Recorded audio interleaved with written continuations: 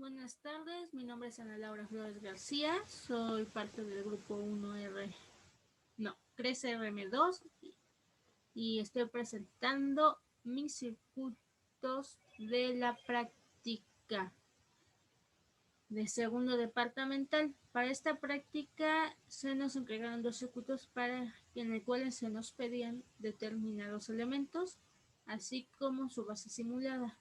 Muy bien, iniciemos entonces con esta presentación de la práctica.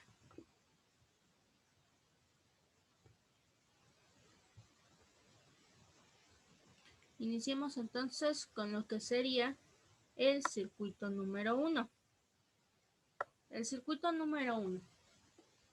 En el circuito número 1 tenemos que es un circuito RLC, que significa que tiene resistores, capacitores y bobinas.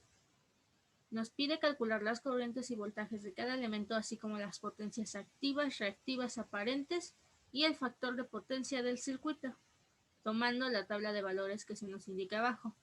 Como podemos ver, es un circuito entre comillas mixto porque tiene ciertas características de serie y ciertas características de paralelo.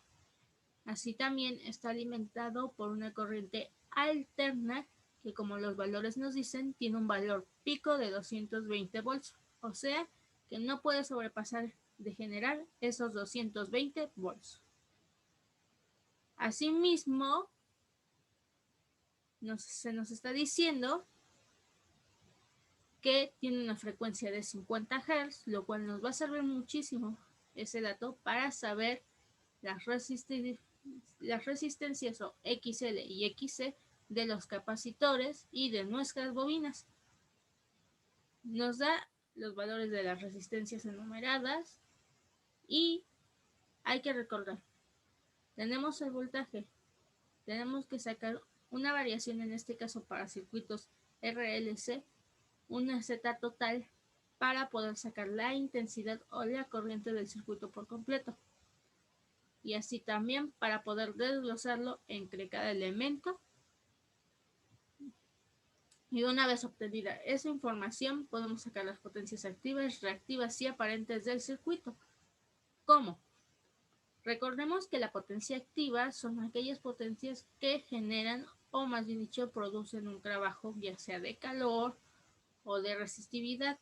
En este caso, todas las resistencias que tenemos aquí son potencias activas. Todas las bobinas y los capacitores se van neutralizando, pero sus sumas y sus restas, dado que los capacitores son negativos, nos dan nuestra potencia reactiva. ¿Y cómo sacamos la potencia aparente? Pues la potencia aparente es la raíz cuadrada de la suma al cuadrado de la potencia activa y la potencia reactiva. O sea que aplicaremos nuestro triángulo de potencias con el teorema de Pitágoras, pero esta vez validado a potencias. El factor de potencia. Para sacar el factor de potencia, una vez que tenemos la potencia activa, la potencia reactiva y la potencia aparente, puede proceder lo siguiente.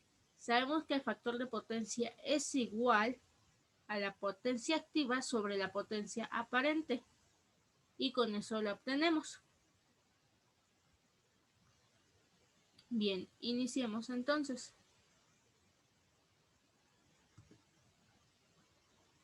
Para diseñar nuestro circuito y confirmar nuestros datos, así como nuestra simulación, en este caso yo decidí usar Proteus. ¿Por qué? Porque muchas veces o en ciertas ocasiones hay ciertos programas que se te acoplan más a unos. En mi caso, Proteus ejerce una mayor gama de librerías y en este caso de componentes a utilizar, así como ciertos elementos medidores que se me hacen más fáciles y más factibles de ubicar. Pero no solamente existe Proteus como programa, también está Liveware, Encreocross,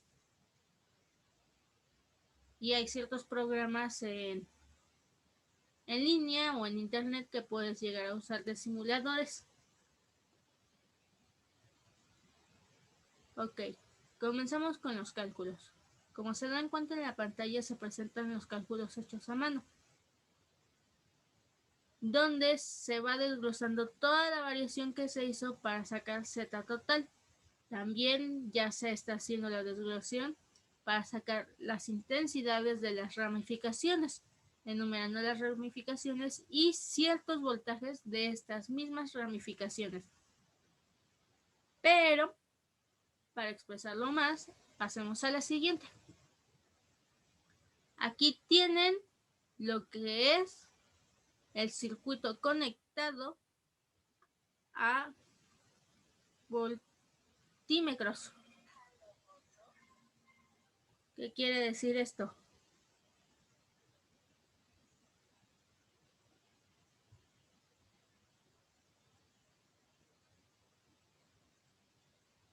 Hola, Linda. ¿Por? ¿Necesitas algo? ¿Qué pasó? Ok, ¿qué pasó? Sí, lo sé. Ah, no te preocupes. Sí, de hecho ahorita estoy acabando entre comillas los dos videos que me solicitaron para hoy a las 5.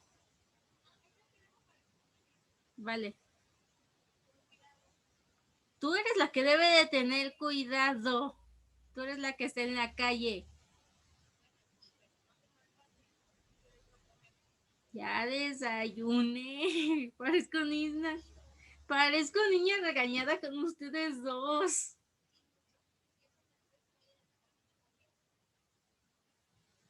Ay, pero desayuno a las 2 de la tarde. No tengo hambre.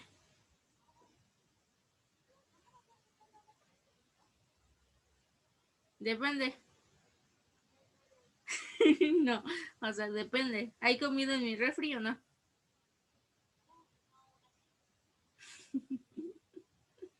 Si hay comida, entonces no. Si no, pues sí, porque hasta esa hora me traen algo de comer.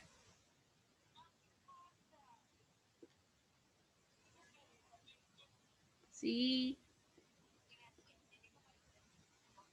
sí, sí. Yo también. Bye, qué linda. Cuídate tú también. Tú eres la que sale más que yo. Vale. Bye.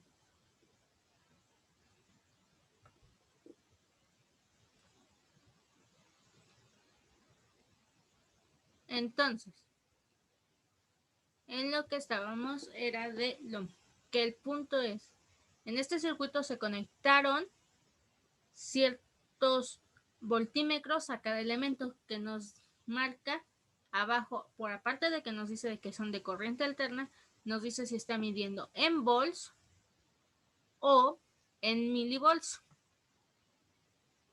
como es aquí que nos dice que está midiendo en volts y aquí que nos está diciendo que está midiendo en milivolts. ¿Qué significa?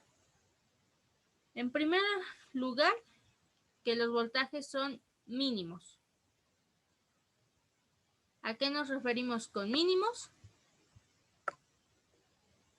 A que el que mayor es el que está consumiendo casi todo el voltaje de nuestro circuito es esta resistencia de 1.4 megaohms o a lo que equivale a 1400 kiloohms o a 1.4 por 10 a las 6 ohms, que es la resistencia o en este caso el factor resistivo con mayor valor. Una vez dado esto, tenemos entonces que, como habíamos dicho de nuestros cálculos anteriores, Z total es igual a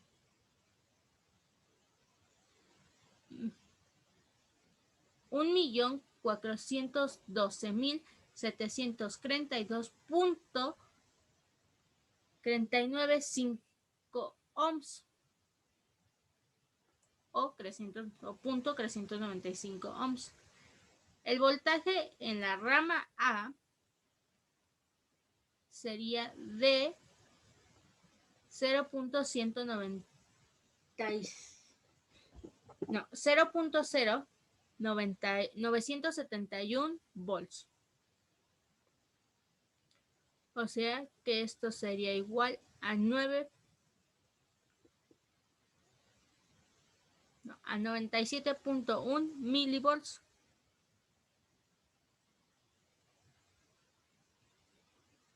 Que nos daría entre comillas lo que es esta rama. Esta sería nuestro voltaje en A.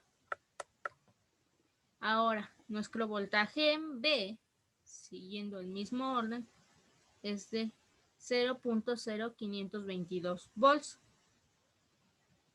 que ya en este caso sería esta nuestra rama B, nuestro voltaje en B. Nuestro voltaje en C sería de 0.0522 volts. O sea, realmente de nuestro voltaje B, perdón, 0.0502 volts. De nuestro voltaje B y C solo hay una diferencia de 0.002 volts. Nuestro voltaje C sería esta rama de 3.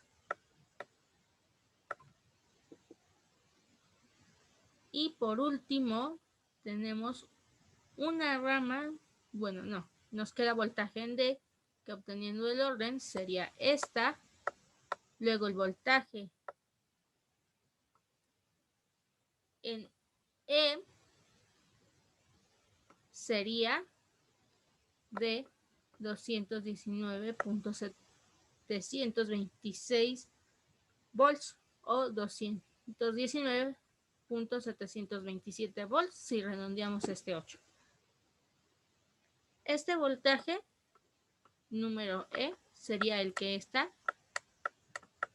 recorriendo estos dos. Sería la suma de estos dos, o sea, de estos dos. Y así exactamente es lo que procedería. ¿Qué es lo que pasa? Que el voltaje en CX que cubre estos dos circuitos ligeramente se divide con este nodo, que hace que la intensidad de la suma de estos 5 elementos, que estos 3 están conectados en paralelo con estos dos, nos dé el voltaje de aquí.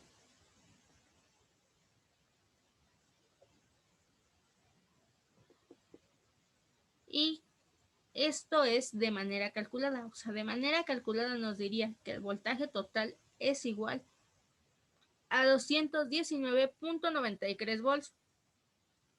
Pero dentro del simulador nos está corriendo 220 volts, lo cual genera el ligero margen de diferencia que pueden ver entre las ramificaciones y esto.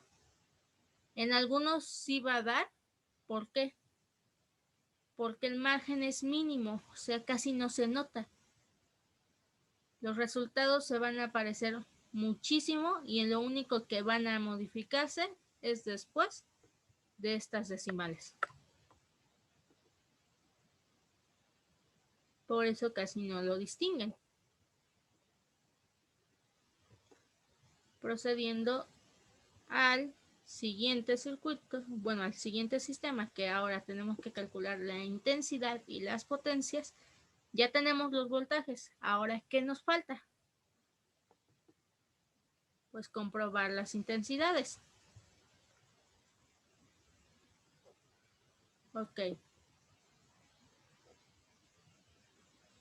Pero antes de comprobar tanto las intensidades, también les mostraré lo que son los cálculos de potencias. De la manera calculada ya habíamos sacado voltajes y ya habíamos sacado lo que son intensidades de cada ramificación. Entonces vamos a sacar de cada ramificación sus potencias en potencias activas y potencias reactivas. Para sacar la potencia, normalmente la fórmula más básica, la que todo el mundo conoce, es la de Potencia es igual al voltaje por la intensidad, pero también tenemos que potencia es igual al voltaje cuadrado sobre la resistencia, o potencia es igual a la intensidad al cuadrado por la resistencia, que en este caso es lo que se utilizaron. Se utilizaron varias fórmulas, en este caso la de intensidad al cuadrado por la resistencia. ¿Por qué?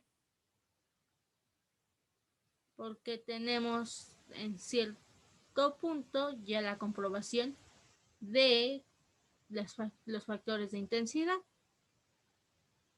Y en este caso, si no llegaste aún a sacar tus voltajes individuales, esto te serviría bastante. En el caso de que no, pues puedes hacerlo por la forma, según los datos que tengas de estas fórmulas que te acabo de dar. Una vez obteniendo las potencias, en mi caso por ramificaciones, lo que hago ahora es sumar P. P que nos va a representar en esta evaluación de cálculos.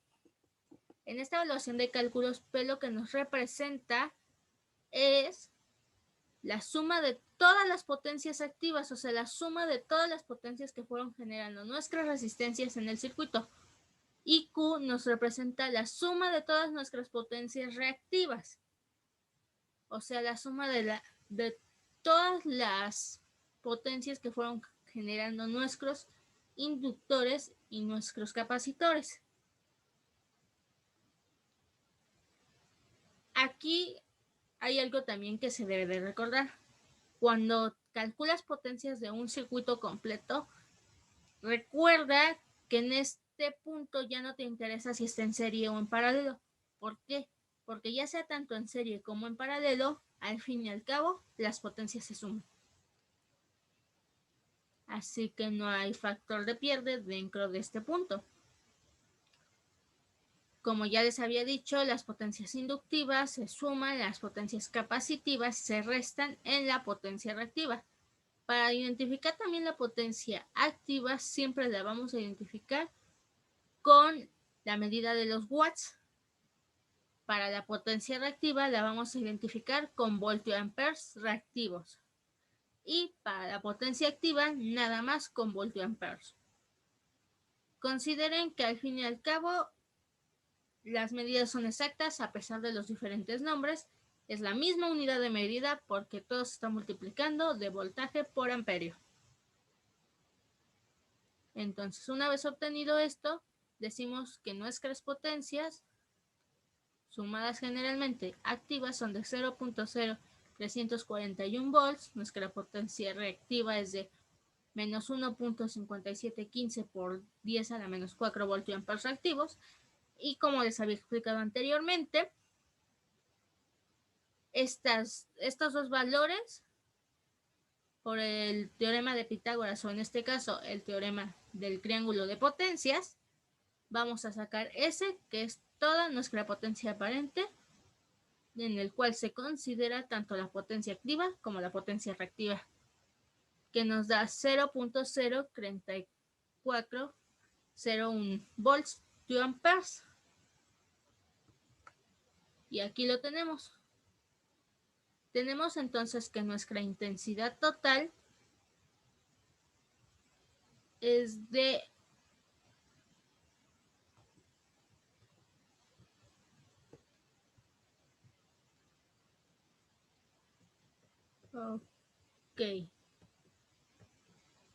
nuestras intensidades totales, o en este caso nuestra intensidad total calculada es de 1.5573 por 10 a la menos 4 amperios, o a 15.57 miliamperios.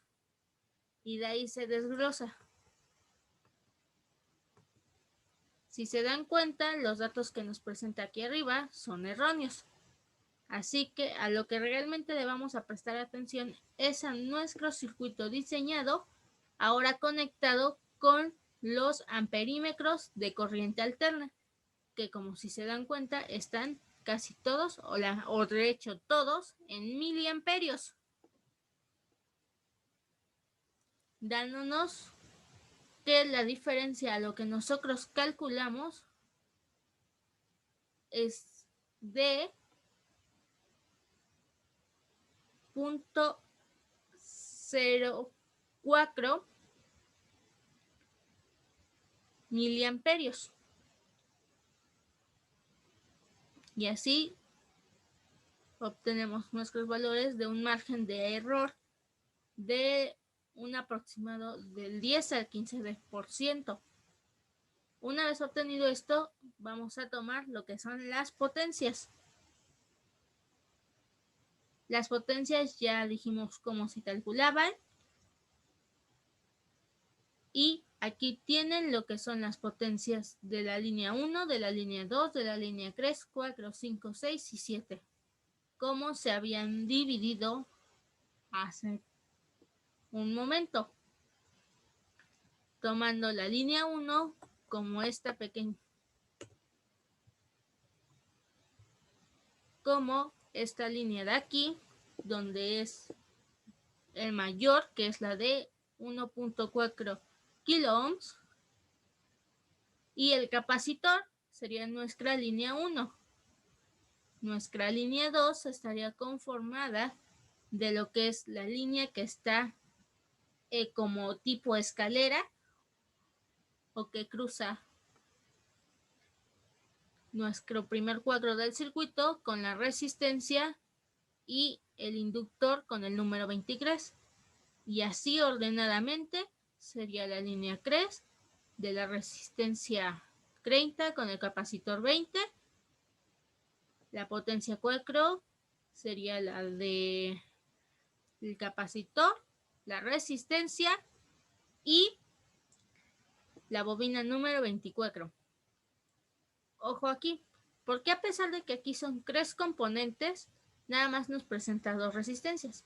Como ya se los había dicho hace un momento, les decía que las bobinas y los capacitores nos van a dar potencias reactivas, pero los capacitores siempre nos van a dar una potencia reactiva de manera negativa. Por eso se restan con las potencias de las bobinas, en este caso, generando que nos den los signos positivos y negativos de las potencias reactivas. Bien, hecha la suma de potencias, como se los habíamos creado en la vez pasada o en los cálculos anteriores que acabamos de pasar, tenemos que la potencia total activa es de 0.03401 volts. La potencia reactiva es de menos 1.5715 por 10 a la menos 4 voltioamperes reactivos, que es lo que realmente significa nuestra R mayúscula, reactivos. Y nuestro valor de S o potencia aparente completa es de 0.03401 voltioamperes, lo cual nos dice que nos da un factor de potencia de 1. El factor de potencia nos ayuda a indicar si nuestro circuito tiene un buen funcionamiento y en este caso que la mayor cantidad de potencia o de energía que estemos consumiendo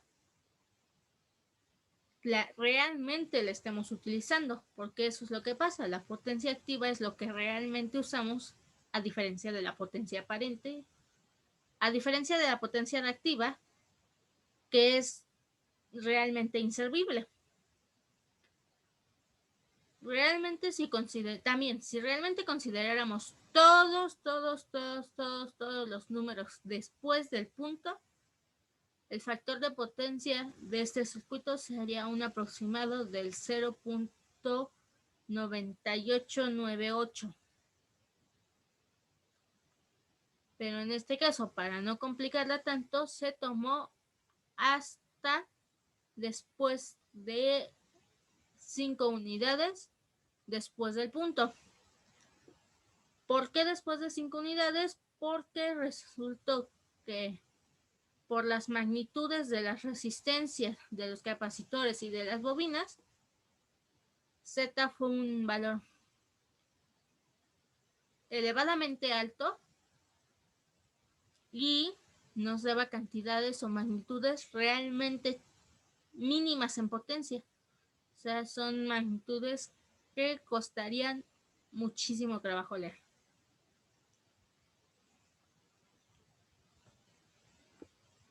Bien.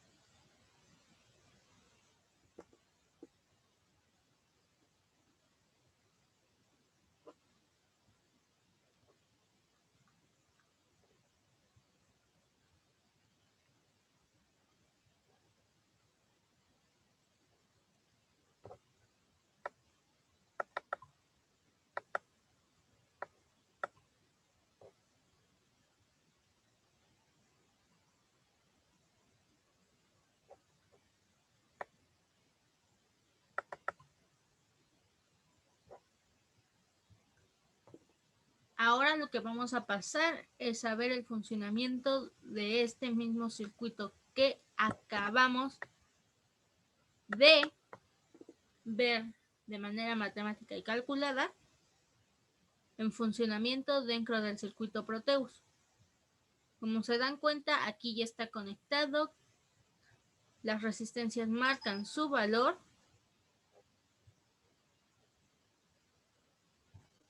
dentro de las tablas y nuestra fuente nos da 220 volts a una frecuencia de 50 Hz como nos indica el problema.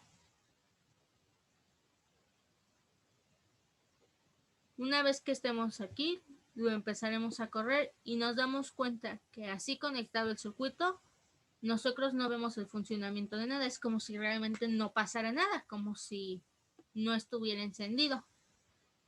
Pero una vez que metemos los voltmetros y los amperímetros, es cuando realmente vemos el funcionamiento del circuito. En este caso, aquí pueden ver ya conectados lo que son los amperímetros. Y como se dan cuenta, están marcando las magnitudes o las medidas que vemos. En algunos casos llegan a ser magnitudes demasiadamente bajas que a pesar de que sí te marquen un valor, se quedan estáticos en ese valor porque no te pueden demostrar, o más bien dicho, a veces ya no te pueden dejar ver las cantidades que se van moviendo, o en este caso el movimiento variado del circuito como onda sinusal, como lo vemos aquí en el circuito, en la fuente que está parpadeando ligeramente dentro de cada elemento.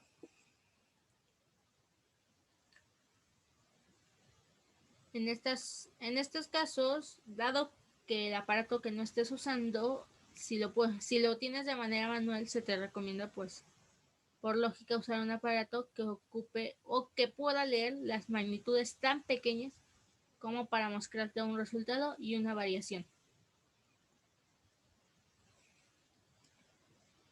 Y ahora pasando igualmente a lo que es conectado con amperímetros, pasa exactamente lo mismo en los amperímetros. No puedes ver las magnitudes. Cuando el circuito está apagado, te das cuenta de este mismo funcionamiento o que no está en funcionamiento, es porque los amperímetros y los voltmetros no te van a marcar nada. Pero una vez que se pone en funcionamiento, estos comienzan a marcar. Igual las magnitudes llegan a ser, si las magnitudes llegan a ser muy bajas, todos los aparatos de medición llegan a tener ciertas magnitudes de medidas de las cuales no se pueden salir. Si las magnitudes no llegan a esas medidas iniciales, o en este caso sobrepasan las medidas que deben de tomar, entonces deberías o requieres de otro componente que sí las pueda leer. Y así pasa lo mismo con el cuando quieres medir potencias.